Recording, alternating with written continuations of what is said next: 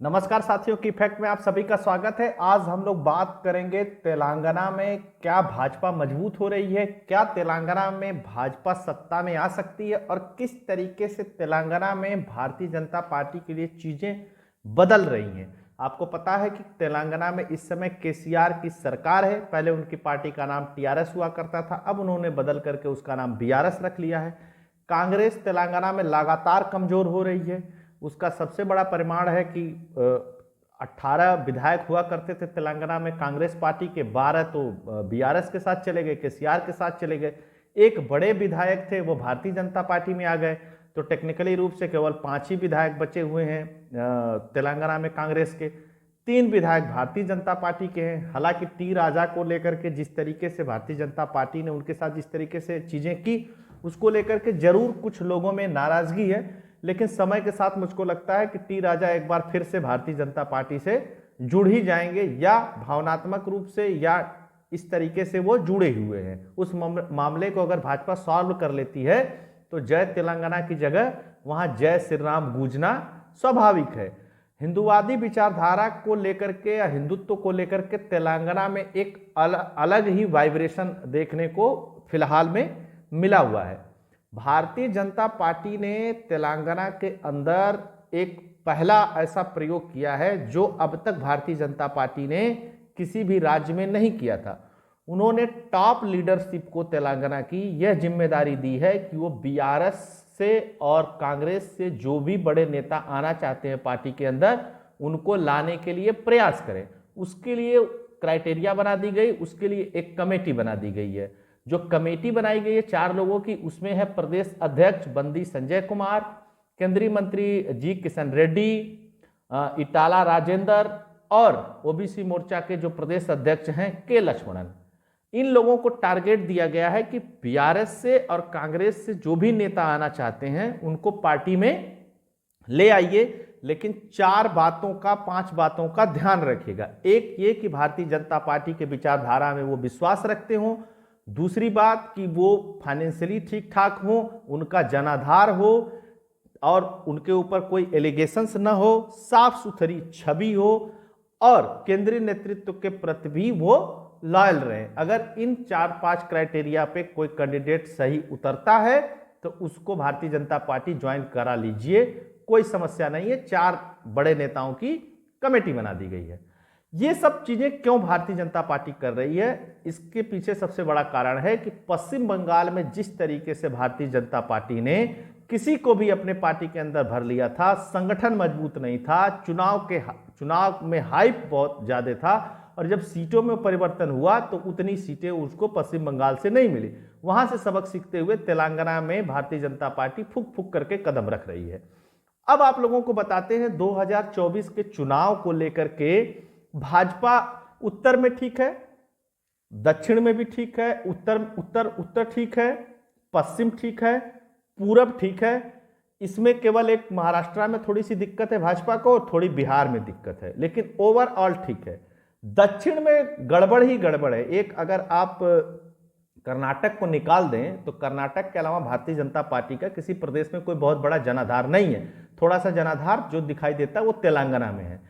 तो कर्नाटक के बाद क्या भारतीय जनता पार्टी दक्षिण के दूसरे द्वार तेलंगाना को भेद पाएगी, उसी पे ये सारी चर्चा है, उसी पे हम लोग बात कर रहे हैं। तेलंगाना से 13 सीटें आती है, 13 में से 4 भारतीय जनता पार्टी जीती हुई है लोकसभा की। प्रधानमंत्री नरेंद्र मोदी की 2019 की लोकप्रियता को देखते हुए एक चीज तय है कि तेलंगाना ही वो राज्य है कर्नाटक के बाद जहां पे भाजपा एंट्री कर सकती है, क्योंकि केरल में अभी ऐसी संभावना दिखाई नहीं देती है। तमिलनाडु में निश्चित तौर पे अन्नामलाई बहुत अच्छा काम कर रहे हैं, लेकिन वहां पे भी स्पेस बन जाएगा कि या नहीं बनेगा, इस पे भी अभी सस्पेंस बरकरार है। आंध्रा में भी कोई बहुत बड़ी प्रगति होती हुई दिखाई नहीं दे रही है। तेलंगाना है इस स्थिति में कि वो कुछ कर सकता है। तेलंगाना के बाद जरूर भाजपा तमिलनाडु के अंदर कुछ चमत्कार की उम्मीद कर सकती है, कहा तो नहीं जा सकता। अब जो ये 5 राज्य हैं, मतलब तेलंगाना, आंध्रा, तमिलनाडु, कर्नाटक और केरल, इन 5 राज्यों में लोकसभा की 130 सीटें आती हैं। 130 सीटों में से मात्र 29 सीट भारतीय जनता पार्टी के पास है, वो भी 25 सीट कर्नाटक से आती है, 4 सीट तेलंगाना से आती है। बाकी तीन राज्यों में, मतलब आंध्रा में, तमिलनाडु में और केरला में भारतीय जनता पार्टी के पास कोई सीट नहीं है। और चुनाव के समय पे भी भारतीय जनता पार्टी बहुत कुछ कर नहीं पाई है। हालांकि जयललिता की पार्टी के साथ गठबंधन करके चुनाव लड़ा था तमिलनाडु में, लेकिन बहुत कुछ हासिल नहीं हुआ।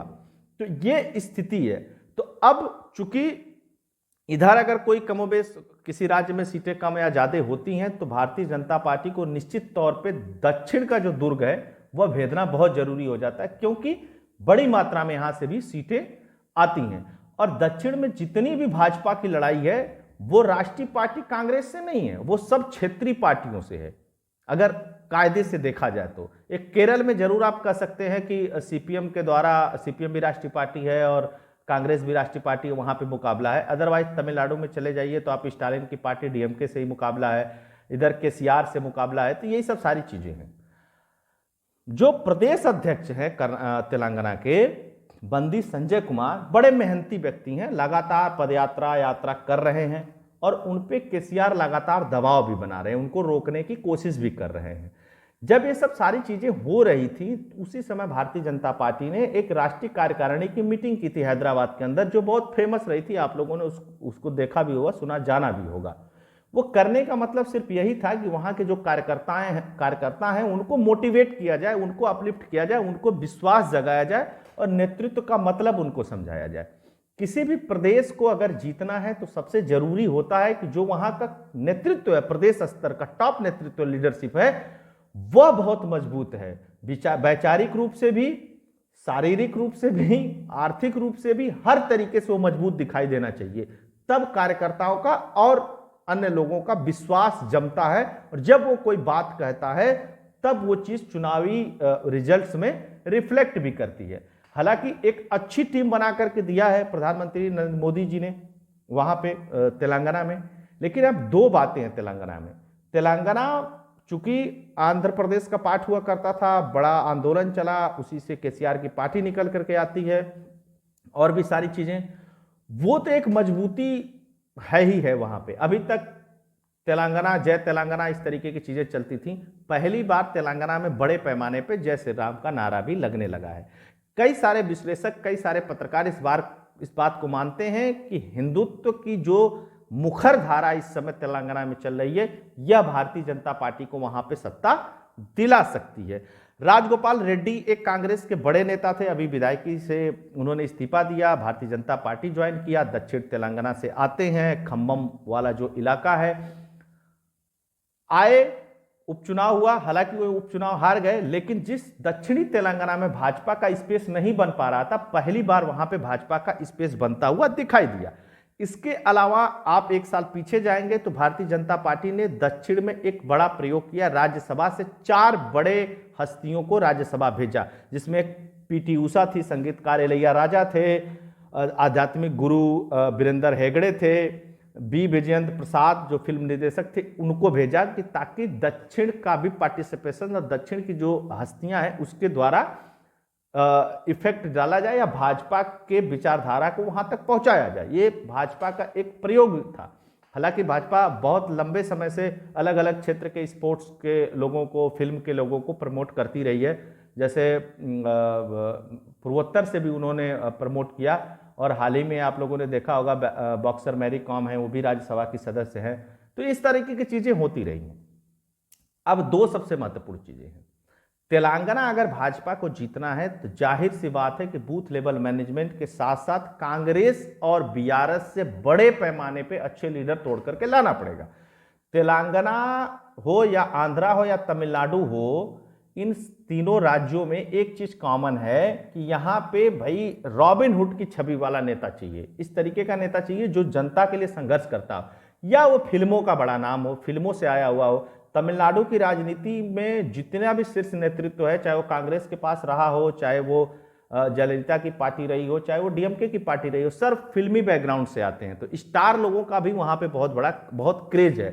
उस कड़ी में भारतीय जनता पार्टी तमिलनाडु में भी और आंध्रा में भी बहुत सारे फिल्मी स्टार्स को गाहे बाहें पार्टी ज्वाइन कराने की बातें कहती है या भाजपा के मंच पे दिखाई देते हैं। अब वो कितना रिफ्लेक्ट करेगा, संगठन कितना मजबूत भाजपा बना पाती है, इसी में सारा राज छिपा हुआ है कि दक्षिण में कितनी सीटें ला पाती है। एक चीज और समझने वाली बात है कि 2023 का जो कर्नाटक का चुनाव है 2024 से पहले विधानसभा का, वो भी भारतीय जनता पार्टी के लिए बहुत आसान नहीं है। हालांकि येदियुरप्पा को मना लिया गया है और येदियुरप्पा से कह दिया गया है कि अब जो मुख्यमंत्री बनेगा, जो वर्तमान मुख्यमंत्री, इनको हटा करके ही दूसरा मुख्यमंत्री बनाया जाएगा, भाजपा कर्नाटक में जीतती है तो। हालांकि उधर डीके शिव कुमार कांग्रेस से भी कमर कसे हुए हैं और एचडी देवेगौड़ा की पार्टी भी कमर कसी हुई है। ये सब सारी चीजें चल रही हैं। अच्छा, आप लोगों को एक चीज और बता दें, तेलंगाना से ही आते हैं देश के मुसलमानों के बहुत बड़े नेता। आप लोगों को पता ही होगा, असदुद्दीन ओवैसी, जो अपने अक्सर विवादित भाषणों के लिए बहुत चर्चा में रहते हैं, अक्सर टीवी कैमरों में बने रहते हैं। हालांकि बहुत सारे लोग उन पर आरोप लगाते हैं, खासकर विपक्षी लोग आरोप लगाते हैं कि ये भारतीय जनता पार्टी का ही फायदा पहुंचाते हैं जहां पे चुनाव लड़ते हैं। उसका क्या असर रहेगा? जिस तरीके से कार्यकारिणी में गए योगी जी, जिस तरीके से हैदराबाद के म्युनिसिपल चुनाव में गए और उन्होंने जिस तरीके से भाषण दिया, उसका क्या असर रहेगा, यह भी आने वाले समय में पता चलेगा। हालांकि टी राजा को अगर भारतीय जनता पार्टी किसी भी तरीके से पार्टी में लेकर के आती है तो निश्चित तौर पे उसका फायदा मिलेगा भाजपा को। साथ के साथ योगी आदित्यनाथ की रैलियां भी कभी कभी गाहें बाहें हो जानी चाहिए तेलंगाना के अंदर, ताकि वाइब्रेशन वहां का बना रहे। तो ये था तेलंगाना से, ये थी खबर, तेलंगाना से ये सब सारी बातें थी। क्या होगा 2024 में, ये अब देखने वाली बात है। लेकिन निश्चित तौर पे संगठन के रूप में, स्ट्रेटजी के रूप में भाजपा तेलंगाना में अधिक फोकस कर रही है और अच्छा काम कर रही है। रिजल्ट में क्या आएगा यह देखने वाली बात है, क्योंकि अप्रत्याशित तरीके की अभी राजनीति है वहां पे, बड़ा बेस भाजपा का बना नहीं है। होप आप लोगों को यह वीडियो पसंद आया होगा। पसंद आया होगा तो अधिक से अधिक लोगों तक शेयर करिएगा, चैनल को लाइक करिएगा, सब्सक्राइब करिएगा, सपोर्ट भी करिएगा, ज्वाइन बटन जरूर ले लीजिएगा। इसके अलावा डिस्क्रिप्शन में भी लिंक्स दिए गए हैं, उसके थ्रू भी चैनल की मदद करते रहिएगा। बहुत बहुत धन्यवाद। जय हिंद, जय भारत, जय श्री राम।